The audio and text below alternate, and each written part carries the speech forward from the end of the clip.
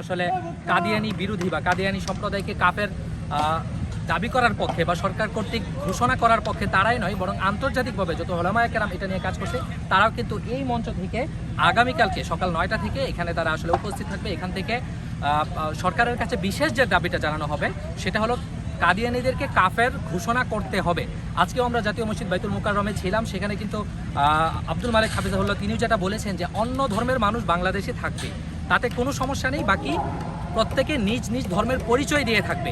সেই জায়গাতে কাদিয়ানীরা যেটা করছে সাধারণ ধর্মপ্রাণ মুসলমানদেরকে ধোঁকা দেওয়ার জন্য তারা আমাদের উপাসনালয় মসজিদের নামে মসজিদ করছে এবং একই সাথে তারা নিজেদেরকে মুসলিম জামাত বলে যে পরিচয় দিচ্ছে সেটা এক ধরনের প্রকাশ্য এবং ঘৃণ্য ধোঁকা।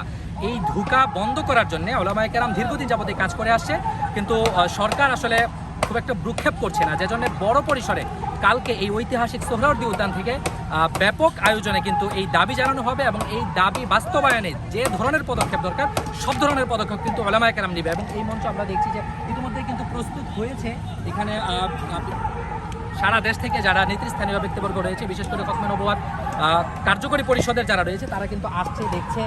এই জায়গাটা ব্যাপক। আমরা যদি দেখাই যে এখানে যে স্টেজটা হচ্ছে, সাধারণত বড় বড় যে মাহফিলগুলো হয় সেই মাহফিলগুলোর পুরা প্যান্ডেলটাই এই স্টেজের সমান।